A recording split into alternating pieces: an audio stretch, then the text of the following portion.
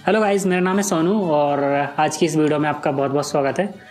इस वीडियो में मैंने कुछ नए इंट्रोज ऐड किए हैं एंड आई होप कि आपको मेरे इंट्रोज पसंद आएंगे। तो चलिए सबसे पहले आपको इंट्रोज दिखाते हैं।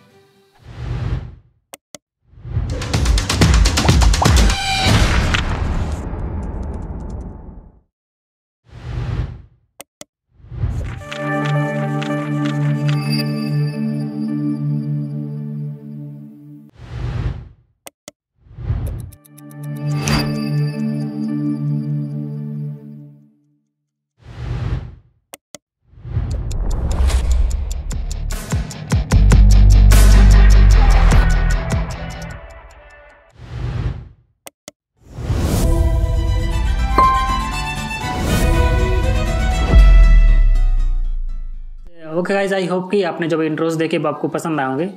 अगर आप इनमें से कोई भी इंट्रो आपके लिए बनवाना चाहते हैं तो आप मुझे डीएम कर सकते हैं मेरे इंस्टाग्राम अकाउंट पर, जिसकी लिंक आपको इस वीडियो के डिस्क्रिप्शन में मिल जाएगी।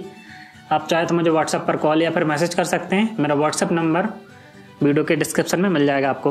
ओके, और साथ ही आप मेरी पिछली वीडियोज़ देख सकते हैं जिनमें मेरे कुछ लेटेस्ट इंट्रो, आउटरो सैम्पल्स, लोगो रिवील वगैरह है।